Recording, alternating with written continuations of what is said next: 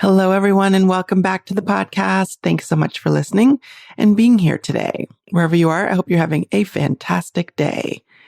So today I am thrilled to bring you another exciting conversation. This time it is with Raja Marhaba. She established a nonprofit organization in 2001, the Jonathan Foundation for Children with Learning Disabilities. And she's going to tell you all about that foundation. It's fantastic. It's a foundation that raises funds for parents who can't afford assessments for their kids.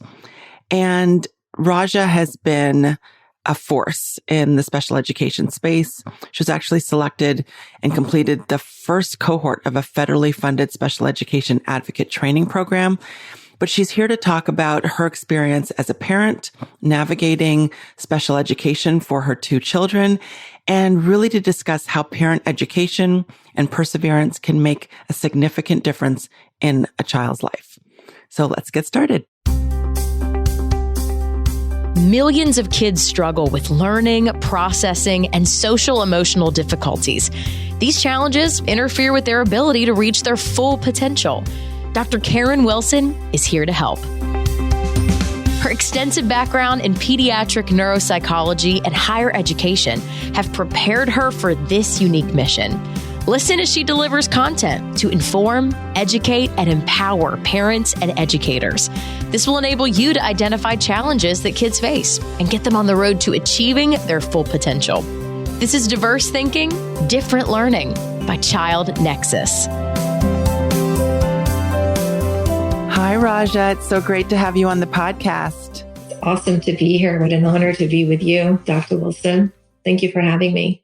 You know, I'm so used to interacting with you at board meetings, so this is a real treat and it's long overdue. It's a treat for me too. It's great to actually see you. I miss you. I know. I miss you too. I'm so glad to see your work being recognized. You know, I read your bio before you came on, and just for two examples, in 2019, you received the L'Oreal Paris Women of Worth Award.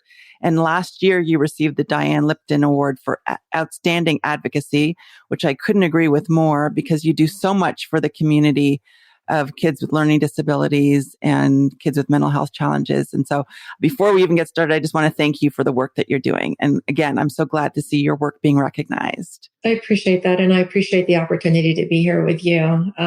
It's hard work, trials and tribulations, but I'm glad that I'm making a difference. So thank you for that.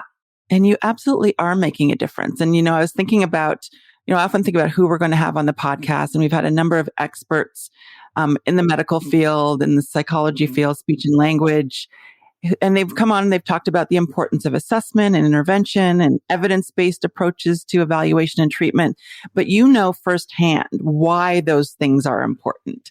And that's why I wanted you to come on and talk a little bit about your journey. And then I want to talk about the foundation. But how did you experience, the special education system with your kids, and what was your journey like? My journey started, I want to say 25, 26 years ago. Jonathan is 31 now, and it started when he was 5 years old. And I had no parent support. I had no school support. I did not know what that even a special ed attorney existed, an advocate. Wasn't aware of psychologists, neuropsychologists, psychiatrists, educational therapy. None of that was told to me at all. I didn't know what ADHD was. I didn't know what learning disabilities were. And back then, if you score below 67 on a standard scoring in the bell curve, if 100 is average, then that's considered mentally retarded back then. Today, we call it intellectual disabilities. But as a new mom, novice mom that didn't know anything, there was nothing out there for me to tell me, hey, this is the rope. Let me show you the way. Just hold on. That did not exist when I started my journey with both my children. It started with Jonathan, and in the fourth grade, Omar. So Jonathan was found pre-K, K in kindergarten, like very, very early. But Omar Jr., I was unable to identify there was something going on with him until he was in the fourth grade. And even then, it sounds like it sounds like you didn't have guidance, which is so true for so many of our families. There's not information on school websites about, if your child is struggling, this is what you do, or this is where you can go for support. This is what you need to ask for. And so oftentimes families have to navigate that system and figure things out as they go, which can be time consuming and can delay evaluations and delay treatment. And so how did you figure it out? A lot of trials and tribulations. It was the school of hard knocks. For a parent that didn't know anything, my son Jonathan was in a private pre-K school before we went into the public system. And his teacher came and told me, we cannot help your son in this school. We don't have the resources. He needs public school. And so she goes, I'm going to give you a referral, but go with this words of wisdom. You're the only one that knows your child, and no one knows your child better than you. And you are your child's best advocate. And those words till today, 25 plus years later, I hold on to them and I pass them down to every parent that I meet because they are so true. When I first transitioned, they did the typical IEP and everything for Jonathan in the meeting. And it's very intimidating as a new parent. You go in there, and if you have, besides psycho and educational assessment, you might have, occupational therapy or speech therapy, assistive technology, adaptive PE.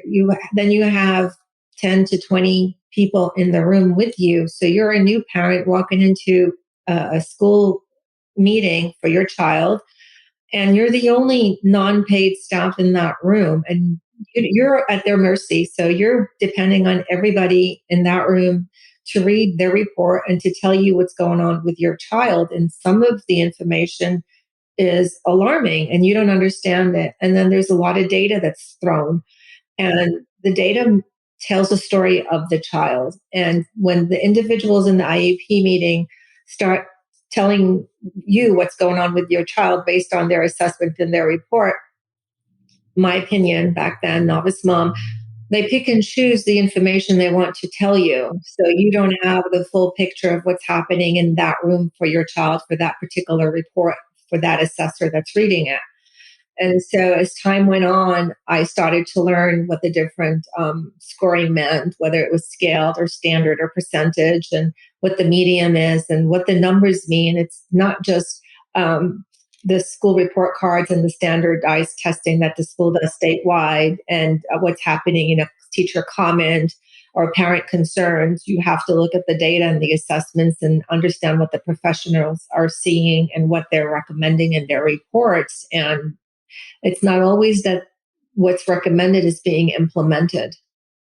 So I think it was just a tough journey for me because I had to learn, and I'm the kind of mom that I need to know what the numbers mean. I need to know when you're telling me my son scored 67 on reading ability, and that means he's in the mentally retarded range. And that's what I was told by his private psychologist back then. I broke down crying. Like, how can my son be? This is Jonathan we're talking about. And Dr. Wilson, you've met Jonathan. So we went through schooling, IEP meeting after IEP meeting. Sometimes I'd have 5 and 6 in a year, which is unheard of. But I was not getting progress for him. I wasn't getting anywhere. They were teaching him whole word language, like read out loud, and he's severely dyslexic, so he needed a Lindenwood Bell, something more structured to teach him. And then he didn't hear the sound the way he's supposed to hear the sound, so he never enunciated or pronounced the word the way it's supposed to be. So, and then his fluency in decoding or deficit. You cannot teach a child with severe dyslexia in a whole classroom and say, here's the letter A, there's the picture apple, because that's what it was back then. And okay, class, repeat it back after me. A, apple, apple, associate A with apple. Well, Jonathan did not understand the sound of apple. So for him, he might see the apple and recognize, yeah, that's an apple visually, but he would be saying it wrong, because he was not taught the right way. He's just listening to what his peers saying and what the teacher's saying. And when you have weakness in phonetic and phonics awareness, then that's impactful. Absolutely. And so how did you go from having a child who is basically identified as having an intellectual disability to realizing this is dyslexia and a bright kid. We didn't know from pre-K, first grade, and then we had to retain him in first grade because he could not understand the letters of the alphabet. And the only alphabet he knew was 11 letters from those years. And then there was one time his teacher called me. He was the second time, the first time he was retained for first grade. So it's his second time in first grade.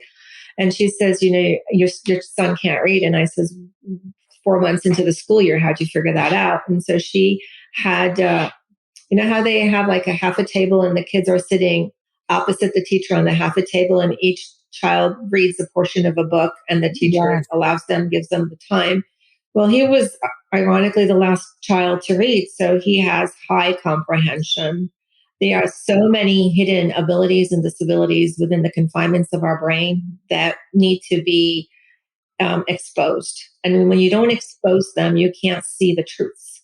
And so while his peers were reading, by the time they get to his turn, he memorized the whole, paragraph. He memorized it. And so the teacher, after a while, noticed that he wasn't looking at the book. So she told him, look at the book and read for me. And when he looked, he could not read the page for her. And that's when she figured out he could not read because his comprehension was so high and his memory was so good that he was able to hold on to that memory, that story until it was his turn. And, Einstein later on, he ended up in acting and classes and auditioning and getting roles. So it helped him in a whole nother area that we never even knew. And the only reason he was put into acting was to give him the self-confidence he lost because he thought he was stupid, yet this little 7-year-old boy was so smart, and you can't see it because exterior, he looks good, but you don't know what's happening within, interior, how he's struggling. And so that's when the teacher, she came and she told me this whole story. And I said, my God, 4 months into the school year and now you figure it out. And that's when I started to see red. That was it for me. I gave the public school pre-K, first grade, second time in first grade, and my son still can't read. And now it's like, I don't trust the school system. And so I started to ask for help. And back then we had an IEP. And before the IEP, I learned about my procedural safeguards, because just word of mouth and just inquiring. And then I learned about program specialists, and they're the ones that have authority to make decisions. And there was no program specialist in my IEP meetings. And so I ended up calling Sacramento and asking them, just lots of phone calls, lots of research. And I spoke with this one program specialist and I told her the story. And she says, look, when you go into the meeting, the IEP meeting tomorrow was the meeting, you tell the principal you spoke with me and here's my number. And then I'm proving for your son to have 2 hours of intensive educational therapy. I want to say for 6 months, twice a week. And so we went into the meeting the next day and the principal offered me 1 hour of educational therapy for 6 months. And so she took 1 hour away from my son, and I was floored. And that's when I realized that although I don't want to make teachers look bad or administrators look bad, because I know there's a whole lot of them that work very hard and are ethical and truthful and want to see the best for the kids, I believe it's the powers above that control all this. And I know it's a budgeting problem. I know IDEA is underfunded. And I know the school principals and those administrators do whatever they feel is appropriate for the school. But when the principal came to me and said to me, I'm only going to give you 1 hour, 1 day a week, not 2 hours, 2 days a week for 6 months, I said to her, I don't accept that. And I spoke with so-and-so and go call her. And this is what I was promised. She left the room, made a phone call, came back. And then she said to me, I apologize. And I just spoke with the program specialist and we're going to give you the 2 hours, 2 times a week for 6 months. And then that was at a non-public agency. And so when I went to the non-public agency to get the educational therapy for Jonathan, I didn't know, psychologists, educational therapists, occupational therapists. There was it was Yellen and Associates. They're a great outfit. And they're the ones that actually started me on my path because I started to ask questions, and they would answer whatever questions I had. And then they told me about attorneys, and they told me about advocates. And that's when my eyes, the light bulb went on. And then I realized, okay, I have to start fighting. I can't be nice anymore because I've been had. They tried to play me. And that's when it all turned for me. That was a turning point in my life. And, it's unfortunate that you had to go through that and that it took so long, because every time I hear processes being delayed and evaluations being delayed and treatment being delayed, we're losing the gift of time in these little people who have the ability their brains have the ability to organize and reorganize and to compensate for difficulties. It's not that it can't happen when they're older, but so much of it takes place when they're younger, and it's easier when they're younger. And it just also strikes me that it's so difficult for parents to navigate this system. I mean, you had to call Sacramento, you had to do a lot of research on your own. And frankly, a lot of parents don't have the resources to be able to do that, don't have the time to be able to do that. And some of them don't even know where to start. And some may even feel intimidated and don't feel like they can call Sacramento to get some of their questions answered. So it's incredible that you've done this and that you navigated the system and this process, but then also that you're able to help other families navigate the system as well. Back then, there was no Google, there was no internet, everything was library. Yellen and Associates, when they turned me on to advocates and attorneys, I got paper documents. Read this case, read that. And you're right. There's not a lot of parents that have the time or are savvy or understand or can navigate the system. And I'm talking 25 years ago, and Dr. Wilson, 25 years later, today, it's the same damn problem. It is a national broken special education system. I'm fighting a big fight for all these families. And it's because I don't want them to walk through the path I went. And I have educated families calling me, professionals calling me. Hey, can you help me? Not just the low income families. There is information out there, but I don't, and you know what?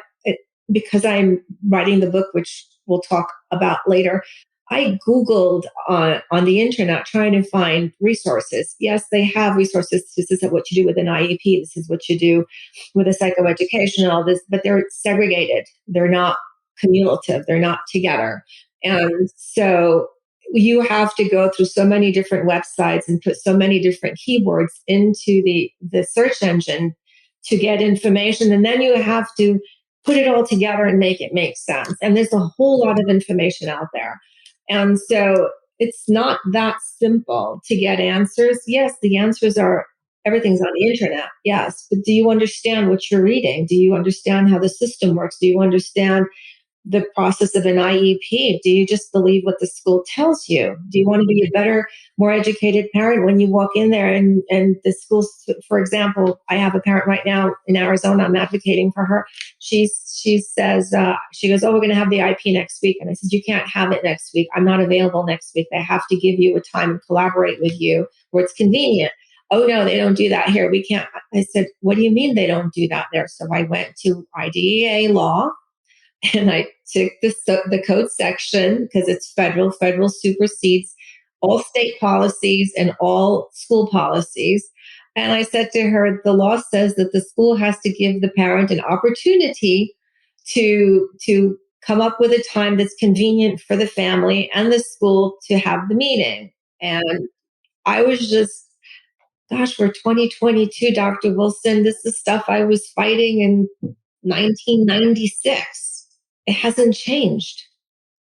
And so many parents will say exactly what you're saying and are seeking resources and support. And I agree with you. The information isn't readily available. It's not obvious. You have to really dig and search for it. And it's spread across multiple platforms.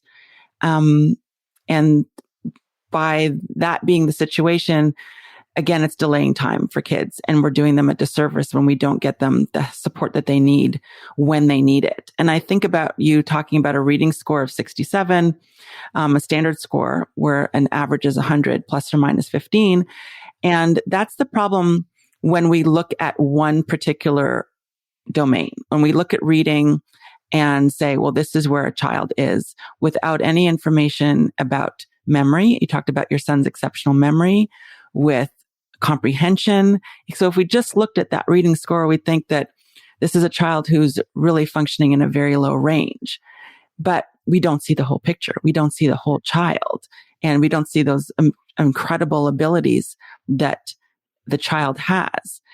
And I'd love for you to talk about why assessment was so important in your son's journey and the difference it made for your family in getting a good evaluation. Back then, when I got the 67 number, and it was his psychologist was Dr. McCulloch. She was incredible. And I cried. I broke down crying in her office, and I said, I need to know what the numbers mean. And so she started to mentor me. The reason why I'm well versed in assessments and data because of her, because every time I had a question, I would ask her. I would say, what does this number mean? And what does that number mean? And then in addition to that, the attorneys, because I ended up with a due process and ended up 4 due processes on each child that were amended. And it took 8 years of hell to get through the damn system. And the school district took me to Ninth Circuit Federal Court. So I had 8 years of hands-on experience with attorneys, with psychologists, with educational therapists, with school district personnel. And the attorneys always needed an updated assessment, whatever the assessment was. They needed an updated assessment. And assessment back then for, speech and language was maybe $2,000, occupational therapy, $2,000, assistive technology, $1,500, psychoeducational, maybe $4,500 or $3,000 back then. You add it up, it's $3,000, $2,000, $5,000. You could easily incur a $15,000 expense to have assessments for your child that are done by credentialed professionals that understand the child and do a really good job. And that is the difference. Dr. Wilson, you're exceptional in your field and you write phenomenal reports. Now, I put you up against a school district neuropsych or a psychologist or a clinical psychologist that might be new to assessments. They're not going to be able to provide a report to the caliber you can.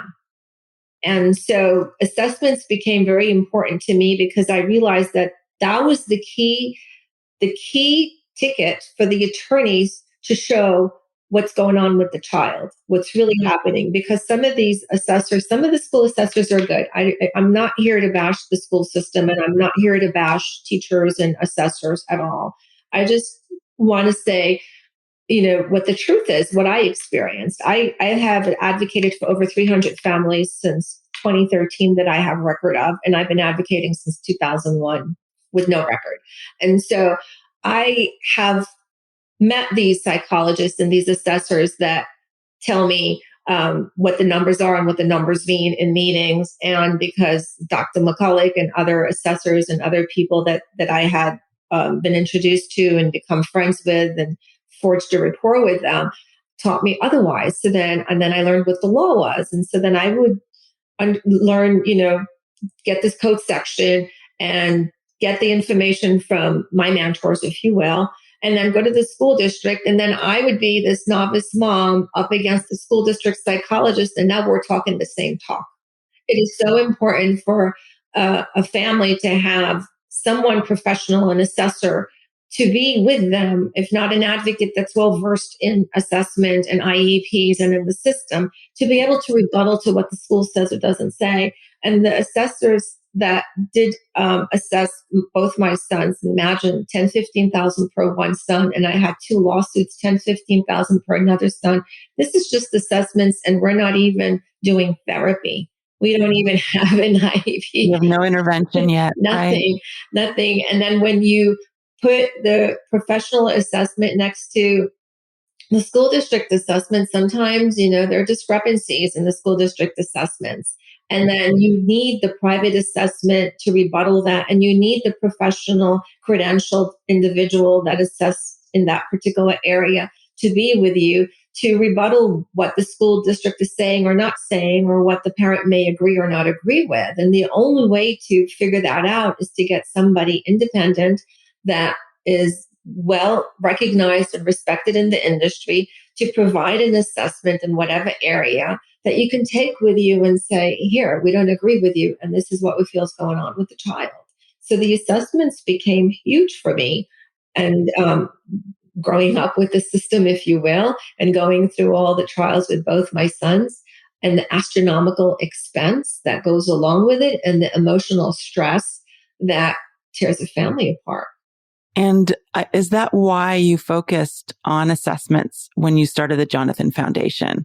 Yep, I focused on assessments because now assessments are anywhere from $5,000 to $10,000 a piece, depending on who the assessor is and what's required for the student. And because it was so expensive for my family to pay for all this, to find out what's going on with our children. And I just couldn't see another family go through the same hardship, the same financial hardship, emotional hardship, broken marriages, a lot of broken marriages in special education. A lot of families are already stressed out with work. Marriages are stressed out just with, the husband and the wife, with whatever's going on within that component. And then you have a special needs child, and that's stressing you, right? You need to get help for that child. And then you have the typical child that's kind of, you say that's my saving grace when, that child doesn't have anything going on with them. But yeah, that child is being affected by the whole concept of what's happening within the family component. So it's not cut and dry. It's very difficult. And I didn't want families to go through the struggles my family went through. And I really don't want to see families broken. My marriage broke. I was broken. I mean, there was one time I went into Yellen and Associates to get Jonathan educational therapy, and Dr. Yellen called me in her office, and she started talking to me. And I said, and after maybe 5 minutes into the conversation, I asked her, "Are you giving me therapy?" And she said, "Yes." And I said, "Why?" She goes, "Because you need it." Straight out, you need it. And I was just a very broken mom. No support, no resources, no, like my family didn't understand me. My ex-husband thought that, I'm making them sick. My father, my own blood father, I mean, God rest his soul, thought that I was making them sick. My in-laws thought that I was making my kids sick because I'm trying to turn every stone to see what the answer is under it. And I wasn't getting anywhere until later on. And so the families, nobody wants to know there's something wrong with their child. That's a whole nother conversation, is to come to terms that you have a special needs child, and you need to understand what's going on with your child so that you can get them the services. And like you said earlier, better sooner than later. Right. And what did you ultimately learn about your children through this process? First of all, I learned through the eyes of both my children, and they taught me a lot, because before special education was known to me, before I understood it, maybe I would judge someone from the exterior. Maybe I would judge someone because of what they said or didn't say, or how they said it, right? Because that's just how we are as human beings. But then after I learned what my children were going through, and through their eyes, I learned that these individuals grow up to be adults. And when they grow up to be adults, their character, their integrity, their essence is still the same. So I learned not to judge anymore. I learned, okay, in my mind, if I see someone, I say, oh, maybe that person has, because I'm so well versed in the special education area, maybe this or that disability or this or that. And I have more patience, and I am okay with it. And I'll work with the individuals, adult or not. And both my children, Jonathan was diagnosed, both of them, twice exceptional, Omar and Jonathan. And, they're highly gifted and learning disabled. Jonathan has ADHD, OCD, amblyopia. He had a lazy eye. And he was learning disabilities, dyslexia, severe dyslexia. And Omar also had ADHD, but he was the inattentive type. He was not as hyper as Jonathan. And that's why it was more difficult to figure out what was going on with Omar until the 4th grade. Jonathan was such a hyper. He was all over the place. You knew there was something going on, and he couldn't sit long enough to learn. Omar could sit long enough to learn, but he had depression. He had vocabulary and writing deficits. And so he was not understanding what he was reading. And he would go to the back of the chapter and guess all the questions. There were multiple choice, just guess them. And he couldn't write an answer if you told him write a paragraph of what you read on the story. He'd BS it. He wouldn't be able to write it for you. And so I learned I had two different children. And like it is the invisible disability, right? You can't see it. You can't see all that stuff. And so it opened up a whole new world for me when I started to understand. I did not understand my sons at all. I thought they were defiant and not listening. And I'd give him, Omar Jr., I would give him 4 directions and he may do one. Maybe he'd go do one of the items on the list I gave him to do and ignore the rest. And I thought he was ignoring it. And he was defiant. He wasn't. Teachers called him lazy. They called him defiant. They called him social butterfly, that he doesn't shut up, that he walks around the room. And then he became a problem child. And he ran away at 11 years old because he thought his mother did not love him. He actually told me. That's why the last event we had, our fundraiser, I was on the podium, and I usually give recognition to both my children because they are my rocks. And I usually tell them, you're the beats to my heart and every breath I take. And I told Omar Jr., and I love you infinity and beyond. And he goes, I love you too, Mom.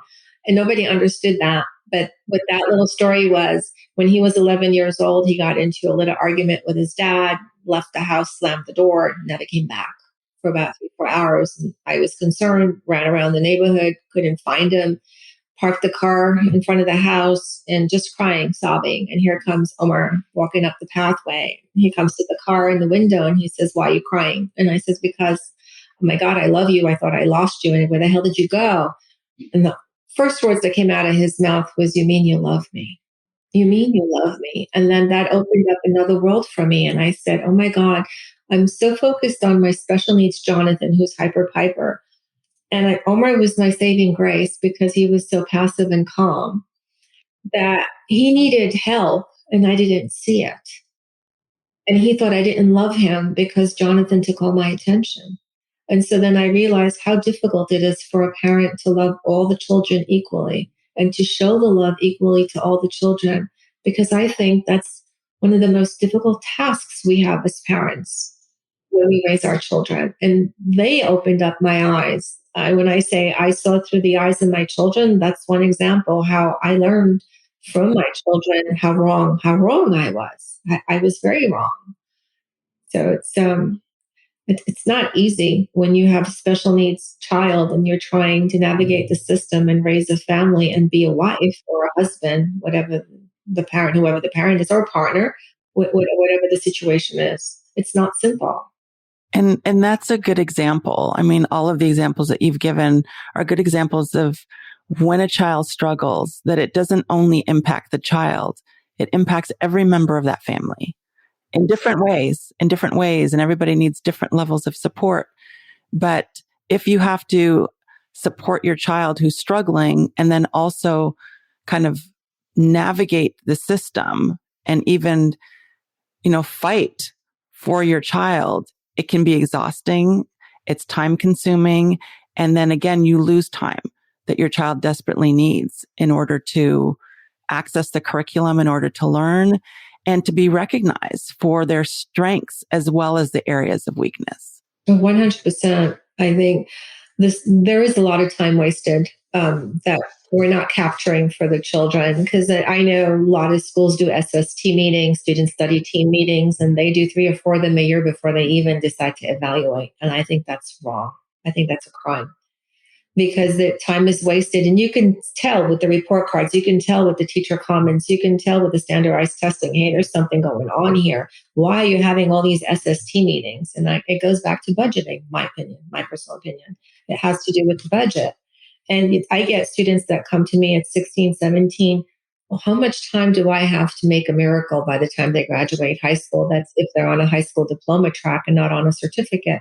And a lot of parents don't know that their child is on a certificate program, that, hey, they're not going to graduate with a high school diploma. They're going to graduate with a certificate of completion document. It's not the same. And what do you do at 16 when they come to you?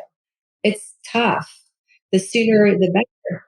Absolutely. I agree with you. And, when you said that, I think about this mom who came to me when her child was in the 9th grade, who'd been told that he was on a certificate track, and she did not know why, because she thought that he was getting the support that he needed in order to be on a diploma track. And he'd never had a full evaluation before. It always had been piecemeal. She thought that he had a speech and language impairment, but couldn't read 9th grade, and figured out how to get an independent educational evaluation. And, I did that evaluation and found that the child had significant delays in a number of areas, but wasn't getting the support in all of the areas where he was struggling.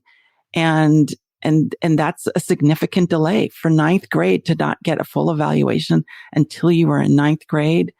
That is a significant loss of time that we've been talking about today. And we want to have fewer children experience that, fewer families experience that. And I think 2 of the things that you do that I think is so important, one is advocacy. And we've had attorneys come on the podcast before to let parents know about an individualized educational evaluation. And a lot of parents don't even know that that's an option for them, that if they don't agree with the school district, and I agree with you, there are a lot of school districts who do a really good job in identifying the difficulties that students are facing and get them the support. But if you as a parent feel that your child is struggling and the school says we did an evaluation and he's fine, that you don't have to accept that you can request another evaluation. And so I think that's one thing that you are helping a lot of parents realize, because I think parent education is such an important part of the journey when you have a child who's going through the educational system or any educational system, is parent education, knowing what your rights are. And so one, you're advocating for parents to know what their options are. And the other thing you're doing with your foundation is that you are funding assessments for families who can't afford assessments. And I think that those are 2 very important things for so many families to have access to. The reason we do that is because of my saga story that I just shared, because it is expensive. And the hard part for the Jonathan Foundation is it's not like we're raising $5,000 and buying, I don't know, backpacks and filling them up with stuff. Although that is important, because a lot of poverty, low income families don't have that, can't afford that. But to pay $5,000 for one child and to pay $5,000 for 500 children is very different. So it's a huge undertaking to raise $5,000 to save one child. But I believe in saving one child at a time. In schooling, children learn to read from kindergarten, 1st grade to 3rd grade. And from 4th grade forward, they start to understand how to read, but they don't learn how to read anymore. And that's the pivot point, where everything goes south with our children in the school system. And until that gets rectified, we're just going to keep pushing our children grade to grade to grade. And then when they get to the 9th grade, 10th grade, and they still don't know how to read, but we're assuming that they should understand what they're reading because they're 14, 15, 16 years old, but they don't. The struggle started from 1st, 2nd, 3rd grade, and they were not taught how to read correctly. And so it continued in the 4th grade. The school system, curriculum-wise, they don't teach you how to read anymore after the 4th grade. That's where the problem is. And so that's why we fund the assessments, because like I said, the sooner we could figure out what the data means, what's going on with the child, look at all the information, the documentation available, put it all together, it tells a story. It's like I call it a forensic study. I do a forensic study, when you get NCIS and you have them all, the clear plastic glass, and you write on there everything, try to put the case together. Well, that's what I do in advocacy. I get, all the different reports, speech and language, OT, psychoeducational, and I look at all the data and I read all the information, and then I see, okay, what's the commonality amongst all these reports? And there usually is a commonality, a couple of them, and it's going to show up in every report, the same area of deficit. And so that's why assessments are so important. Now, when we think about the Jonathan Foundation, I've been at your events, and I've heard parents, speak about their experience navigating the educational system, whether that be independent, charter, or public schools. And I've heard them talk about how support from the Jonathan Foundation has really changed the trajectory of their child's life and helped them better understand their child in terms of their areas of weakness, the areas where they need support, and the areas where they thrive and have significant talents. And yes, you're funding assessments for children. You are changing the lives of children, like you said, one child at a time. And I think that there are also parents who've benefited from having a private assessment, maybe having an individualized educational evaluation, maybe other professionals who work in the space and see the benefit of assessment. And there's an opportunity for them to donate to your foundation. And so I just want to put a plug for your foundation, because I think that this is something that can absolutely change a child's life, to get a good evaluation, to get a good understanding of why they're struggling, and to be on the path to appropriate intervention and treatment that can change their lives. 100%. And thank you so much for the plug. And I want to just say this. Dr. Wilson, you're a highly credentialed neuropsychologist. I am a mom, not a highly credentialed neuropsychologist. And I know how important and how impactful psychoeducational, neuropsychoeducational assessments are. And because I've seen it firsthand, I've walked it, I've lived it. My sons lived it. And so I have a high regard for you and all the other professionals in your industry, be it neuropsych, psych, occupational therapist, speech and language, AT, whatever the assessor is, because without your professional expertise, we can't figure out what's happening with these children.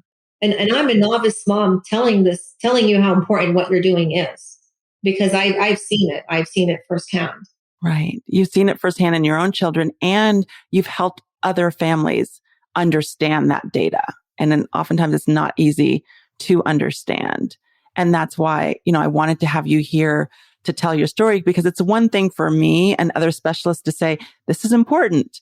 But when you have a parent who's been on the receiving end of an evaluation, who's had to navigate the system and figure it out on your own, then you really can see the importance of it. And you can also see the impact that it can have on a family, on a child, and the difference that it can make.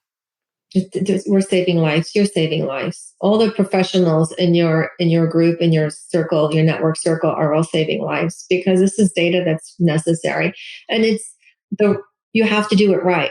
You have to evaluate, you have to understand what the strengths and deficits are, and you have to put a whole report together, and it has to be done the right way. And not every person, every professional does it the right way. Some school district staff does it the right way, others don't. And the ones that don't is why we need the Dr. Wilsons of the world, is why we need these independent assessments funded, because we need to go back to the ones that didn't do it right and say, we agree to disagree, with all due respect, but here's what we found, and here's what we see, and here's what the child needs. Right. And it's not always, the school not wanting to figure it out. It may be that they just didn't look at all the things that could be impacting a child's learning. It's like if you only looked at reading and you didn't look at motor skills, memory skills, general cognitive abilities, attention, executive functioning, you're missing a piece of the puzzle that could be impacting a child if you come back and say, oh, reading is fine. So, we can just continue the way we've been doing things. And so again, that's why your story is so important. That's why the stories of so many families are essential to helping other families and and I think you're just a gift for parents who are walking in your shoes. And you are going to get all of this information in a book. And the book, I'm so glad you're telling your story, not just to me, but that it's going to be in a book, Unstoppable. And I love that title. I know that you're figuring out what the rest of the title will be, but can you tell us a little bit, a sneak preview about the book, and when do you anticipate it coming out? The book started, actually, it was my memoir. It was my whole life story from beginning to end. And then when I met a publisher, she said she ended up having a child with special needs. And she says to me, take out your personal memoir and leave it specifically for parents with special needs. for special education. She says, then you can do your memoir later on, and then you can complement your special education survival book. It's a survival guide for parents. And so I thought about it, and that's when I did all my Googling, and I was thinking, maybe she's got a point there. And then I started to think, well, this book, I want it to be a living document for parents. I want it to be their hands-on encyclopedia. I don't want it to be read and put on the shelf and forgotten. I don't want it to be that kind of a book. So I figured if I personalized it with my own journey, and in the chapters, I talk about important things that happens in IEP meetings or 504 plans, and give tips at the end of every chapter. There'll be phone numbers and emails and websites. They can call me and connect with me directly. And I can offer, because I already do, the Johnson Foundation is a nonprofit. So I already do pro bono advocacy for many families of low income and poverty. And so there are families of the middle and upper class families that also need this information and don't understand it. And those that can afford to pay a fee, then there would be a fee. But more important than the money is the information in this book is provided to empower the parents and give a voice for the children. Because it's my story, it's my son's story. Each child, Omar and Jonathan, have a chapter of their life experiences that they wrote that's incorporated into my book, because I want parents to read it from the child that went through it, and maybe they can connect. And they have two different stories. And then in there's interviews with other families that I advocated for, and they have different scenarios. There was one child that his story, I did not advocate for him, but his story was compelling because he's born as a little man, right? So imagine when you grow up and you're little people and you don't get height, your height doesn't become more than a certain amount. And then you're going from kindergarten, pre-K, K and through, and then you're in high school and you're still the same size. That was traumatizing for this one student. And so there's a whole bunch of different interviews with families and students that I've helped that I want the families to connect with. And then there's going to be links and resources for IDEA, for dyslexia or autism or intellectual disabilities or Down syndrome. It's going to have information and resources for anything that's out there. Whether you have a child that has a medical disability, you can have a medical plan attached to an IEP, and places to go, information, data to access.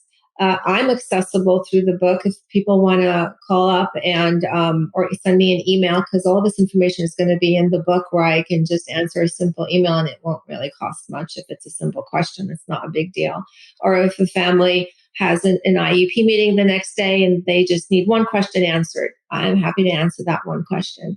So it's just, I didn't have this growing up in special education. I wanted so much as a mom to talk to another child in special education that maybe was experiencing what my own children were, but I couldn't understand them. I didn't see it.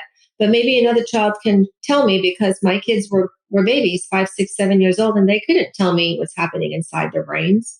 But a 17-year-old, a 20-year-old kid could, and maybe that kid can connect with my children, and then I would have a better understanding of what's going on within my own family, within my own children. This book is just, the resources are all out there. It's not that it's such a special book that there's nothing out there like it. What makes it different is my personal story that's connected to this book. And the information in this book is just putting it all into one place, where you don't have to go to the different websites and to the different areas or ask different people what I need to do. What do I do now? I mean, I have a student that has an IEP and the parent doesn't know what to do with the IEP. It's just to open a door for them and help the parents become more educated so that they can become empowered, and they don't need to depend on me or an attorney or an advocate unless it's necessary, that they need that extra level of support. But there are a lot of educated parents out there. A lot of parents love to read. A lot of parents see. They can go to the links that I put in the book, and they can read everything that they see in the book for themselves. It just makes it an easier resource, a go-to book where they have information to help them navigate the special education system.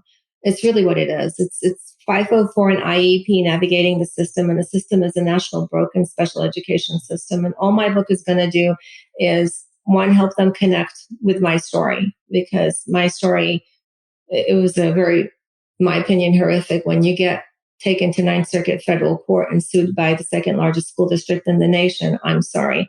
That's pretty rare and horrible for a family to have to go through that. And so I'm hoping when they read my story that they can connect, and that they can say, well, I don't have her story, so my story is not as bad as hers, but maybe I could learn from her. And not to do the mistakes that I do. There's mistakes that I've made that I've written in the book. And I might have went this path and I shouldn't have gone that path. And don't do what I did. Do what I'm saying you should do now. Don't repeat my mistakes.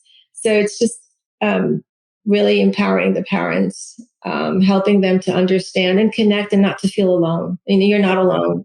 You're not the only parent out there with a special needs child. You're not the only parent out there that doesn't understand what's going on. I'm here, we're here. There's a whole tribe of us out there. So there are families to connect with and get support. Raja, thank you so much for being unstoppable, and for, after going through your journey, reaching back and helping other families as well. I can't thank you enough. I'm going to put a link to the Jonathan Foundation in the show notes so that people can learn more about the work that you're doing. And also for those who are able to donate to your foundation and give another child an opportunity to get an assessment and to be fully understood and to get the support that they need. Thank you so much for being here. We're going to have you come back when the book is published so we can talk about where people can go and access it. And thank you again for all that you do. I appreciate it. Thank you for having me here. I'm hoping the book will be published. I'm hoping October, latest, early November this year. So I'm at the tail end of it. There's going to be a website, and I'm working on the book cover right now. So hopefully I can get it done timely. So I'm really excited about it. And thank you so much for your time in having me. And thank you for being a board member of the Jonathan Foundation. You're highly respected and highly loved and appreciated. Thank you. Thank you, Raja. And I appreciate you too. Thank you so much for listening. If you want to learn more about the Jonathan Foundation, make sure you check out the show notes. I also put in a number of resources about the assessment process, how to initiate a special education assessment, and the benefits of a comprehensive evaluation to support your child's learning and better understand why they're struggling. Thanks again for listening, and I'll see you next time. Thanks for listening to Diverse Thinking, Different Learning by Child Nexus. For more resources, visit us online at childnexus.com.